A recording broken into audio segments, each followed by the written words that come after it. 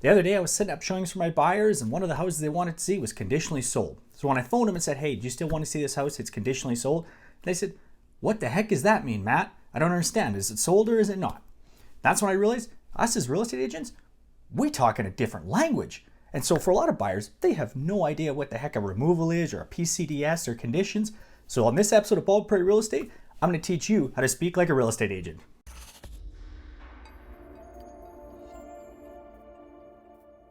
Hey guys, welcome back to Bald Prairie Real Estate. My name is Matthew Pfeiffer, your favorite real estate agent on YouTube.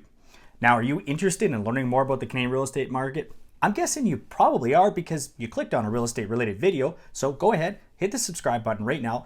You won't miss any more of these videos like I'm doing right now. They're tips and tricks about real estate, and you won't miss my fantastic Canadian real estate market update videos. So go ahead, hit the subscribe button right now. Now, if you're like me and you grew up following Arnold Schwarzenegger, for me, he was one of my favorite actors of all time. Terminator, some of my favorite movies. But now that Arnold isn't doing movies anymore, what do you call the Terminator when he's in retirement? The Exterminator. The idea for this video comes from actually past clients who had said to me, when I started working, there was terminology and phrases that I used that they didn't understand. And so they almost wish they had kind of like a quick little guide on things that real estate agents say and terminology that we use when we're buying and selling houses so that they knew what the heck we were talking about because they felt sometimes like we were kind of talking a different language. So I went, okay, I started writing down some of the terminology and phrases that I use every day and realized this list actually got pretty extensive. When I was doing my research for this video, I realized there's a lot of videos that people have done, but very few of them actually focused on Canadian real estate. So I've seen ones on American real estate terms, and trust me, they speak a totally different language than we do. But this one's gonna focus on Canadian real estate terms. And I'm gonna go through some common phrases and terminology that real estate agents use so that when you're in front of your real estate agent, you're gonna know exactly what the heck they're talking about. So here we go. All right, let's start this off with an easy one. Listing agent versus a buyer's agent. Sounds kind of simple, but they are two different responsibilities. So the listing agent, they're working for the sellers. The buyer's agent, they're working for the buyers. Okay, kind of easy. But if you're looking for houses right now, don't just call the listing agent because they work for the seller. You want to have your own representation. So you want to have your own buyer's agent who's going to look after your best interests. Because if you just follow the listing agent, then you get yourself in a situation which is called limited dual agency or double ending. And that's our next term. Limited dual agency, otherwise known as double ending, is a term that gets thrown around an awful lot, not only in real estate, but also in the news. So that comes about in three different ways. You've got one agent working for both the buyer and the seller. Or you have two agents from the same office, one working for the buyer, one working for the seller. And the last way you get to limited dual agency is two agents from two different offices, but under the same company, working for the buyer and the seller. And the reason for that is when you put your house up for sale, that contract is not written with your listing agent. They don't hold that contract themselves. It's held by the listing agent's brokerage. So if you're working with a company and they have multiple offices, any agent from those offices would be in a limited dual agency situation.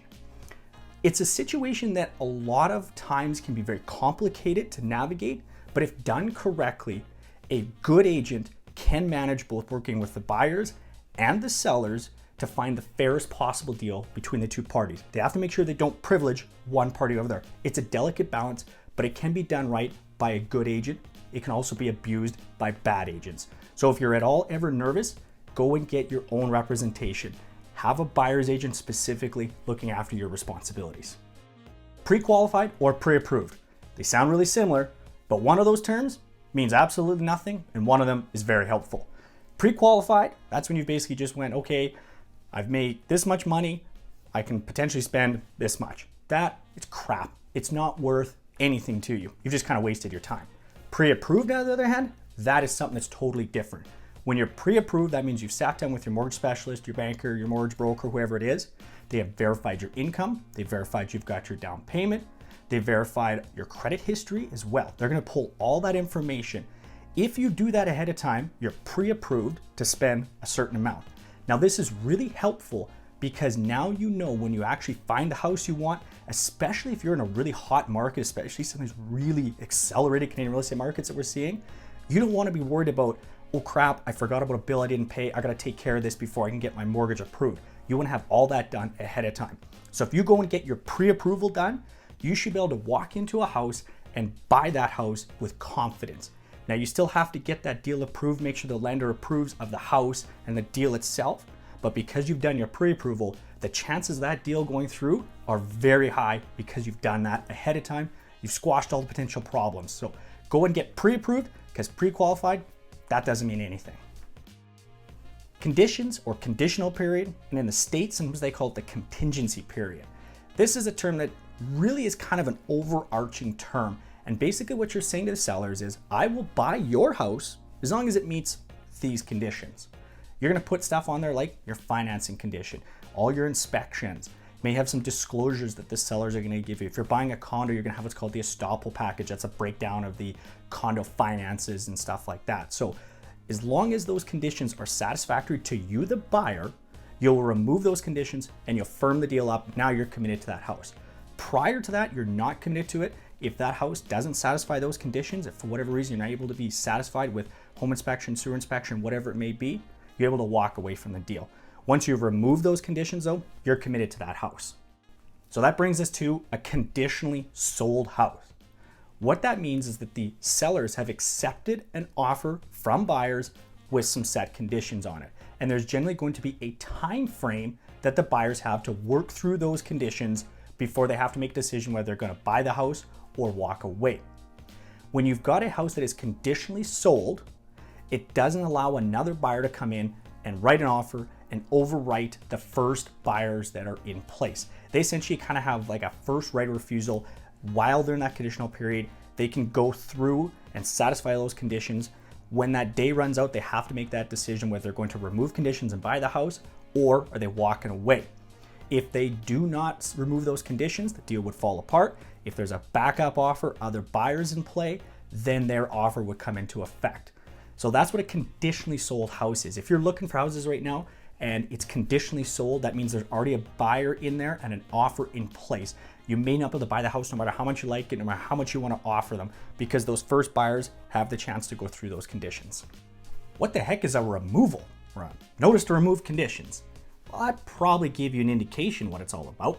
So we just talked about what a conditional offer is and that conditional period. Well, when you're satisfied with those conditions, you'll write the sellers a removal or notice to remove conditions. You're saying, yep, all those conditions I put on, I'm satisfied with all that, and I'm gonna buy your house. This is a firm deal now. So that means you're committed to that house. This is really important because with offers, you're gonna put a deposit in there. If after you've removed conditions, you walk away from that deal for whatever reason, the seller generally is gonna have claim to your deposit. Plus, if there's damages, maybe they bought another house and now they're having to carry two houses, they've got damages because they may not be able to afford both of them. You're opening yourself up for potential legal action. So when you're removing conditions, make sure you're absolutely satisfied because you're now committed to that deal and that house. So don't remove conditions until you're satisfied. But when you hear agents talking about a removal, that's what they're talking about. How about CMHC fees? That's a term that's very Canadian specific because you won't hear that at all in the United States. And CMHC fees is what most people will use to describe mortgage default insurance fees. Just CMHC is the largest insurer in Canada with about 55% of the market share. But there are two private companies, Canada Guarantee and Genworth, that both compete with CMHC in that mortgage default insurance space. So mortgage default insurance is something that you have to have in Canada if you have less than 20% down when you're purchasing your house. So that's when you're called a high ratio buyer. Less than 20% down means you're a high ratio buyer. By law in Canada, you have to have mortgage default insurance, and it has to be provided through one of those three providers, CMHC, Genworth, or Canada Guarantee. Now this default insurance is paid for by the buyer, the homeowner, but it's for the lender actually. It's not for you, the homeowner.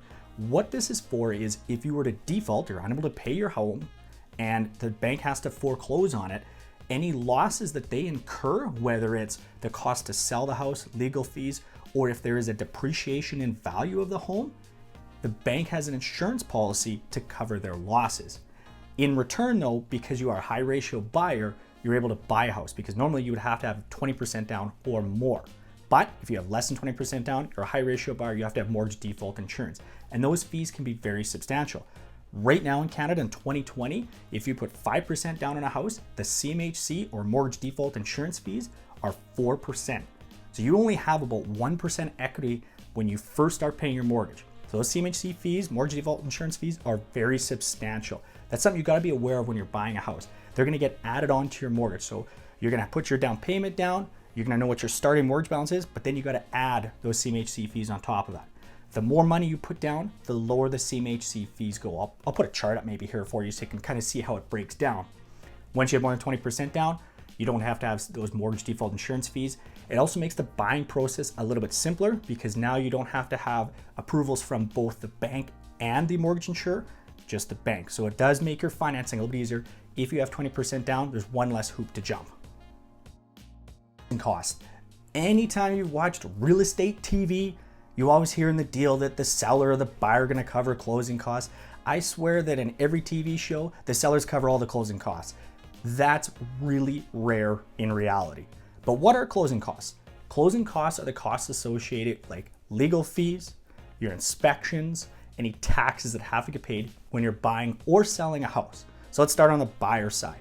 You're going to have your legal fees, all your inspections, and then in some provinces, we have land transfer taxes. So you're going to have to cover all of those fees, and they can be very substantial. I've actually got a video, I'm going to post it right here, that breaks down the cost from a few different jurisdictions in Canada, what it costs in closing costs to buy a house. But what about for a seller? What do you have for closing costs?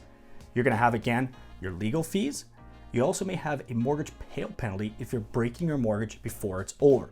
So you've got to look into all of those things. Those are closing costs that can add up very quickly when you're buying or selling real estate, because buying and selling real estate is an expensive transaction to go through. So make sure you know exactly what those closing costs are, how much they're going to cost when both you're buying and you're selling, because those can sneak up on you and you don't want to be unprepared for a substantial bill when you're trying to close on a deal.